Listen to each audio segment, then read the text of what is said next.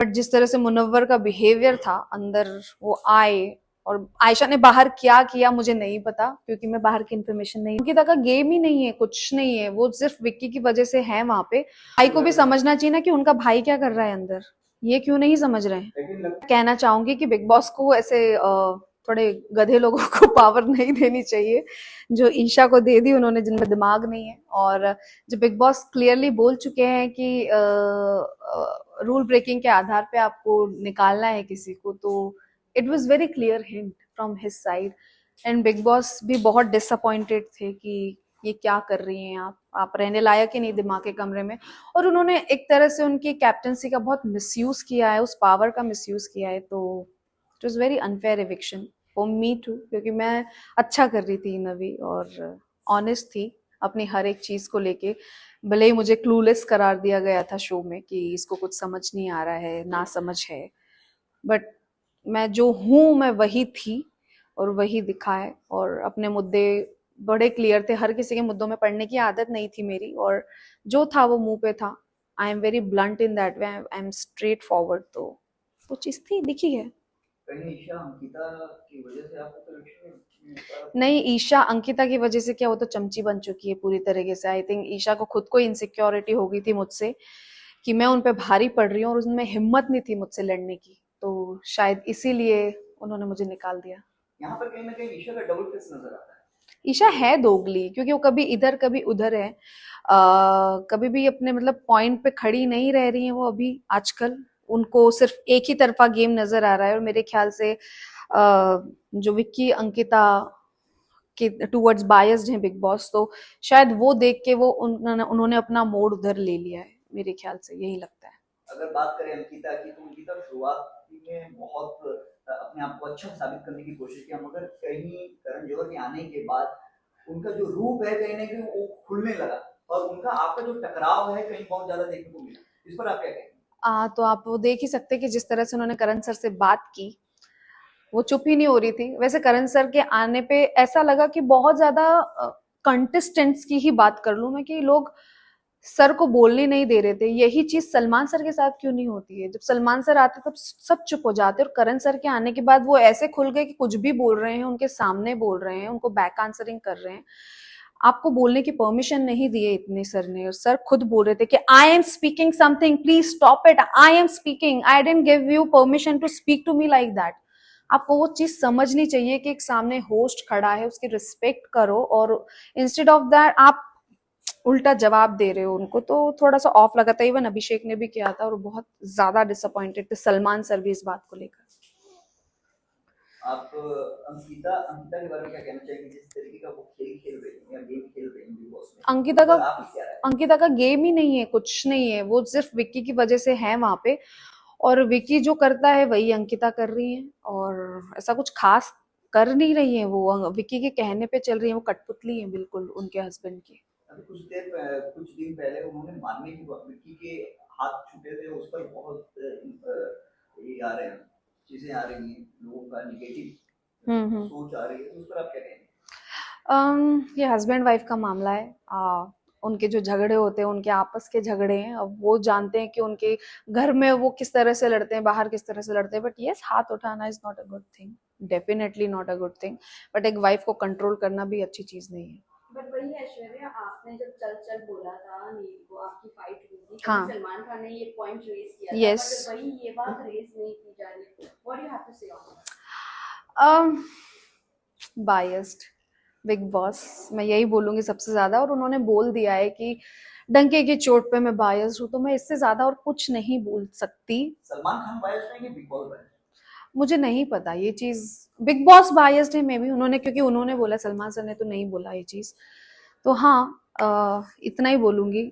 But वो एक तरह से मेरे लिए एक अच्छा ही हुआ, अच्छी ही बात हुई कि मुझे एक गाइडेंस मिल गया कि मुझे ऐसे बात नहीं करनी है। सेम विक्की को भी गाइडेंस मिला था, सिर्फ मुझे अकेली को नहीं मिला था उस time, if you don't know. क्योंकि सर ने दो लोगों की बात की थी, तो विक्की को भी सेम ये चीज बोली गई थी कि आप भी ऐसा करते हैं। वो तो एक को बोला है मैंने, लेकिन आप भी सेम चीज कर रहे हैं।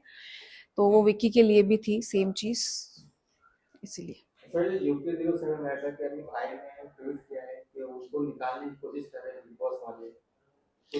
तो उनके भाई को भी समझना चाहिए ना कि उनका भाई क्या कर रहा है अंदर, ये क्यों नहीं समझ रहे हैं। लेकिन लगता है आपको फैंस वोटिंग की वजह से नहीं निकाल हाँ, वो फैंस वोटिंग की वजह से कैसे निकलेंगे, ऐसे अनडिजर्विंग लोगों को अंदर रखा जाएगा जो बदतमीजी पे बदतमीजी किए जा रहे हैं, शो के डिसरिस्पेक्ट किए जा रहे हैं। अनुराग इन अ वे मैं ये नहीं बोलूंगी कि वो जेन्यून नहीं है, ही is a very genuine person, but उन्होंने जिस तरह से ट्रीट किया है, उन्होंने बोला भाड़ में जाए बिग बॉस, भाड़ में जाए ये शो, तो this is not a good thing. आपको इतना बड़ा प्लेटफॉर्म मिला जिसपे लोग आने के लिए मरे जा रहे हैं, जिनको अपॉर्चुनिटी नहीं मिलती वो आपको मिली है, तो आप इस शो की डिसरिस्पेक्ट कर रहे हैं, तो आप गलत है यहाँ पे, और he is not even sorry about it. तो अनुराग को ये सोचना चाहिए कि आप सॉरी बोले वहां पे जहाँ पे आप गलत हैं, बट उनका यही कहना है कि मैं सॉरी नहीं हूँ। मैंने उनसे पूछा डायरेक्टली कि आर यू इवन सॉरी, बोले नो आई एम नॉट। बोले मैं बाहर जाके देखूंगा मैंने क्या गलत किया है, तो इस चीज का घमंड उनको है, तो फिर वो घमंड अपने पास रखे ना यार। आपके हिसाब से बिग बॉस में गेम कौन अच्छा खेल रहा गेम कौन अच्छा खेल रहा है? कोई भी नहीं, फिलहाल तो किसी का कोई गेम नहीं है अंदर। और अच्छे की बात है तो मैं तो मेरे पति को ही सपोर्ट करूंगी, क्योंकि he is the only one who is honest in the house.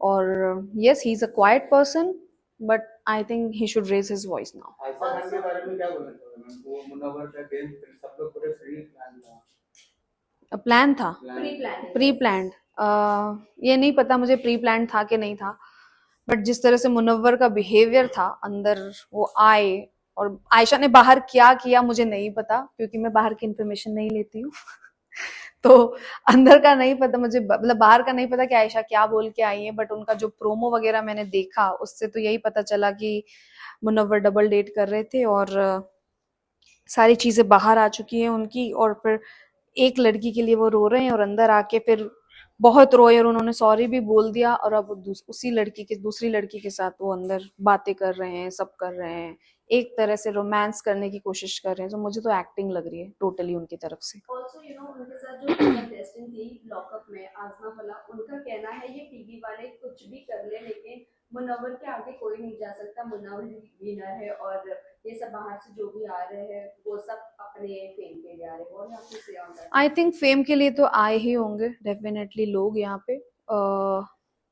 Ayesha का नहीं पता मुझे वो क्या है, कौन है, मैं नहीं जानती थी उनको ऑनेस्टली।